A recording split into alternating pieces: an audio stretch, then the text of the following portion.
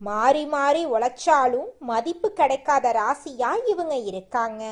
மதிப்பு இல்லாத ராசியா இருந்தாலும் பரவாயில்ல, பாசத்துக்கும் நேசத்துக்கும் கட்டுப்பட்டு துன்பத்தையும் கஷ்டத்தையும் மறைச்சுக்கிட்டு அசிங்கத்தையும் அவமானத்தையும் வெளிப்படுத்தாம அசிங்கப்பட்டாலும் பரவாயில்ல, தனக்குன்னு இருக்கக்கூடிய உறவுகளை காக்கக்கூடியவங்களாம் இவங்க இருக்காங்க.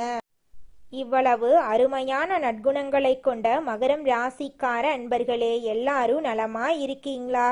ஏங்கம்மா நீங்க வேற எங்களை பார்த்து இப்படி ஒரு கேள்வி கேட்குறீங்களே, எங்களை பார்த்தா நலமா இருக்கிற மாதிரியா தெரியுது அப்படின்னு உங்க மனசுல நினைக்கிறது எனக்கு புரியுதுங்க. மகரம் ராசிக்கார நேயர்களே, உங்க வாழ்க்கையில இருக்கக்கூடிய இந்த கஷ்டமான சூழ்நிலை எல்லாமே கரைஞ்சு போக போகுதுங்க. உங்களுடைய வாழ்க்கையே அருமையான வாழ்க்கையாக மாறப்போகுதுங்க.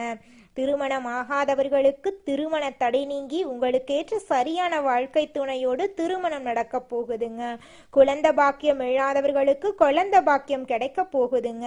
பூர்வீக சொத்து ரீதியாக இருந்த அனைத்து பிரச்சனைகளுக்கும் தீர்வு கிடைக்க போகுது. உங்களுக்கு வரவேண்டிய பூர்வீக சொத்து உங்க கையில வந்து சேர போகுதுங்க. உங்க வாழ்க்கையில இது நாள் வரைக்கும் இருந்த அனைத்து பிரச்சனைகளுக்கும் தீர்வு கிடைக்க போகுது. உங்களுடைய உடல்நிலை ஆரோக்கியமா இருக்க போகுதுங்க.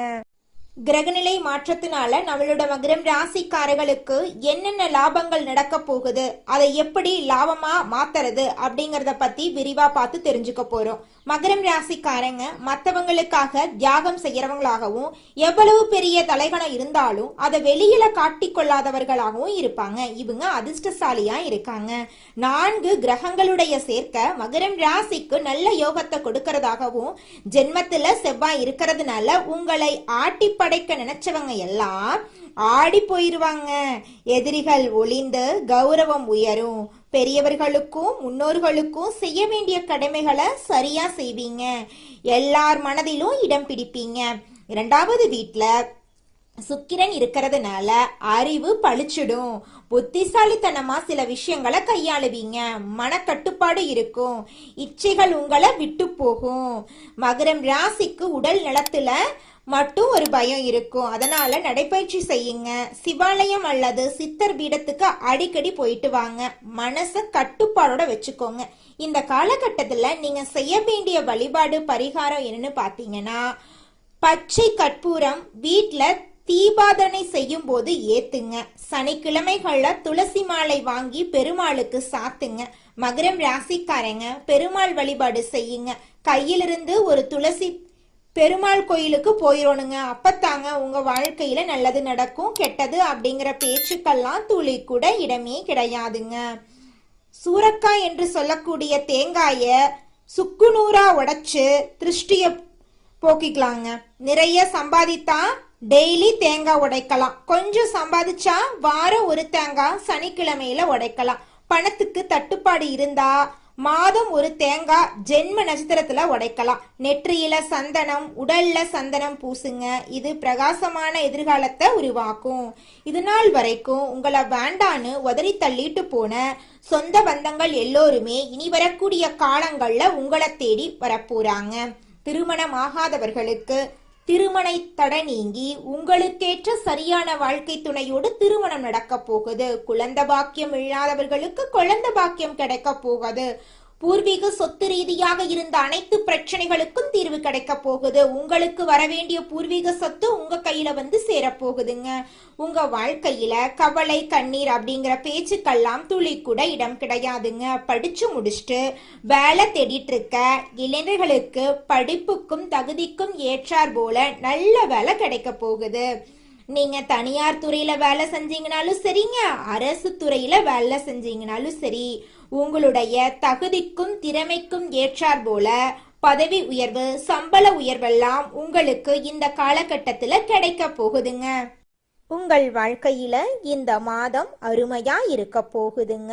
உங்களோட ஆசைகள் கனவுகள் எல்லாமே நிறைவேற போகுதுங்க. உங்களோட மனசுல தெளிவு அதிகரிக்க போகுது. நம்பிக்கை பிறக்க போகுது. அடுத்தவங்க செய்ய முடியாதுன்னு ஒதுக்கி வச்ச காரியத்தை கூட அழகா திட்டம் தீட்டி முயற்சி பண்ணி அந்த காரியத்துல நீங்க வெற்றி அடைய போறீங்க. பழைய கவலைகள் எல்லாமே மெதுவாக குறைய போகுது. குடும்பத்துல ஒற்றுமை ஏற்பட போகுது. இது நாள் வரைக்கும் இருந்த சண்டை சச்சரவுகள் எல்லாமே விலக போகுது. மனசுல நிம்மதி ஏற்பட போகுது. உடல்நிலை ஆரோக்கியமா இருக்க போகுதுங்க. நல்ல செய்திகள் உங்களை தேடி வரப்போகுது. தடைபட்ட வேலைகள் நடக்க போகுதுங்க. பொருளாதார நிலை மெதுவாக உயரப் போகுது. சேமிப்பு செய்யும் எண்ணம் வரப்போகுதுங்க. உடல் சோர்வு குறைய போகுது. உங்களுடைய உறக்கம் சீராக இருக்க போகுதுங்க. நல்ல மனிதர்களுடைய நட்பு உங்களை தேடி வரப்போகுது. உங்களுடைய மதிப்பும் மரியாதையும் உயரப்போகுதுங்க. வேலை இடத்துல பாராட்டு உங்களுக்கு கிடைக்க போகுது. புதிய வாய்ப்புகள் உங்களை தேடி வரப்போகுது. உங்களுடைய கற்றல் திறன் அதிகரிக்க போகுது. ஆன்மீகத்தின் மீது உங்களுடைய ஆர்வம் அதிகரிக்க போகுது. உங்களுடைய பயம் குறைய போகுது. தன்னம்பிக்கை அதிகரிக்க போகுதுங்க. பழைய பிரச்சனைகளுக்கு தீர்வு கிடைக்க போகுதுங்க. குடும்பத்துல மகிழ்ச்சி ஏற்பட போகுது. சுபகாரியங்கள் அடுக்கடுக்கா நடக்க போகுது. நீங்கள் செல்லக்கூடிய பயணங்கள் உங்களுக்கு நன்மை தரக்கூடியதாக அமைய போகுது. வீண் செலவுகள் எல்லாமே குறைய போகுது. நல்ல முடிவுகள் எடுக்க முடியுங்க. உங்களால மன அமைதி கிடைக்குங்க. உறவுகள்ல புரிதல் அதிகரிக்கும். உங்களுடைய முயற்சிகள் வெற்றி பெறுங்க. உங்களுடைய பொறுமைக்கான பலன் நிச்சயமா உங்களுக்கு இந்த காலகட்டத்தில் கிடைத்தே தீரும். எதிர்பார்த்த உதவி உங்களை தேடி வரும். எதிர்கால நம்பிக்கை அதிகரிக்கும். உங்கள் வாழ்க்கையில சந்தோஷம் நிலைச்சிருக்க போகுது. உங்களுடைய ஆசைகள் கனவுகள் எல்லாமே படிப்படியா நிறைவேற போகுது. உங்களுடைய வாழ்க்கையில இது நாள் வரைக்கும் இருந்த அனைத்து கஷ்டத்துக்கும் தீர்வு கிடைக்க போகுதுங்க.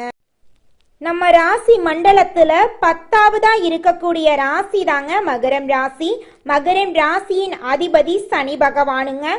உத்திராடம் 2, 3, 4ஆம் பாதம், திருவோணம், அவிட்டம் 1, 2ஆம் பாதங்கள்ல பிறந்தவங்க மகரம் ராசியில பிறந்தவங்களா கருதப்படுறாங்க. நம்மளுடைய மகரம் ராசிக்காரங்களுக்கு நட்பு ராசியா இருக்கக்கூடியவங்க யாராருன்னு பாத்தீங்கன்னா ரிஷபம், கன்னி, மகரம், மீனம், விருச்சிகம் இவங்க எல்லாரும் மகரம் ராசிக்கு நட்பு ராசியா இருக்காங்க. மகரம் ராசியில பிறந்தவங்க மிகவும் இரக்க குணம் கொண்டவங்களா இருக்காங்க. இவங்களுடைய அழகான பேச்சால எதிரிகள் எல்லாத்தையும் நண்பனாக்கக்கூடிய அளவுக்கு திறமை இருக்குதுங்க. இவங்களை பொறுத்த வரைக்கும் தன்னுடைய வாழ்க்கையில 1000 பிரச்சனை இருந்தாலும் அதை பத்தி துளி கூட கவலைப்பட மாட்டாங்க.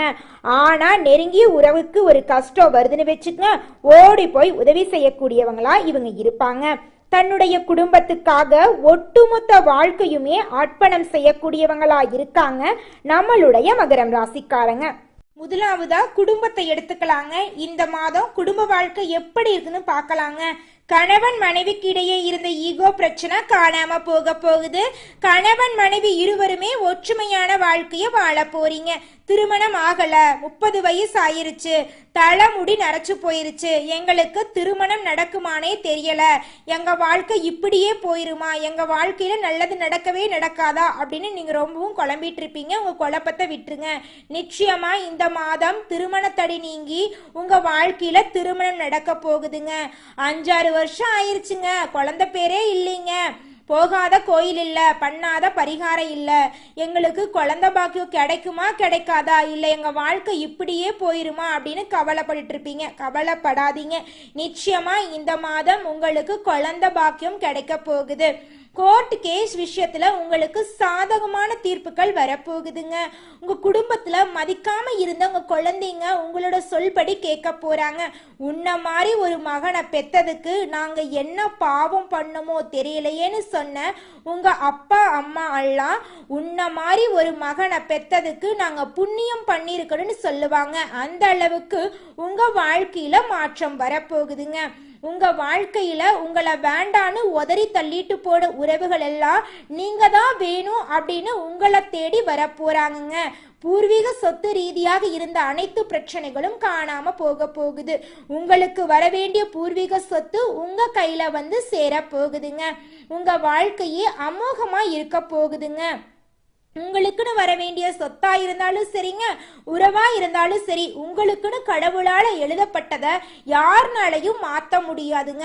உங்களுக்காக இருந்தது நிச்சயமா உங்ககிட்ட வந்துதாங்க சேரும். உங்களுடைய எண்ணம் போல உங்க வாழ்க்கையும் அருமையா இருக்குங்க. நாங்க படிச்சு முடிச்சிட்டோம், ஆனா படிப்புக்கேத்த வேலை கிடைக்கல, எங்க வாழ்க்கை இப்படியே போனா நாங்க எப்படி வாழ்க்கையில முன்னேற முடியும், எங்க குடும்பத்தை எப்படி பார்த்துக்க முடியும், கடவுளே எங்க வாழ்க்கைக்கு ஒரு நல்ல வழி காட்டுங்க அப்படின்னு நீங்க தினமுமே முருகரை வேண்டிக்கிட்டு இருப்பீங்க. முருகர் உங்களோட வேண்டுதலை கேட்டுக்கிட்டு தாங்க இருந்தாரு. அதுல உங்களுடைய வேண்டுதலை நிறைவேற்ற அவர் வந்துட்டாரு. இனி வரக்கூடிய காலங்கள்ல உங்களுடைய படிப்புக்கேற்ற வேலை கிடைக்க போகுது. அதுவும் உங்களுக்கு பிடிச்ச வேலை, நல்ல சம்பளத்தோட உங்களோட சொந்த ஊர்லயே கிடைக்க போகுதுங்க. ஆல்ரெடி நீங்க அரசு வேலைக்கோ தனியார் வேலைக்கோ போயிட்டு இருந்தீங்கன்னா உங்களோட தகுதிக்கு ஏற்ற அளவுக்கு சம்பள உயர்வு தருவாங்க, பதவி உயர்வு தருவாங்க. உங்க கூட வேலை செய்யற சக ஊழியர்கள் உங்ககிட்ட சந்தோஷமா பழகுவாங்க. மேல் அதிகாரிகள் உங்களை பாராட்டுவாங்க, உங்களை புகழுவாங்க, உங்களுக்கு பரிசெல்லாம் தருவாங்க. நீங்க தொழில் செய்யற இடத்துல இருந்த அனைத்து பிரச்சனைகளுமே காணல் நீரா மறைய போகுதுங்க. நல்லதே நடக்கும், நல்லது மட்டும் தான் நடக்கும். நன்றி, வணக்கம்.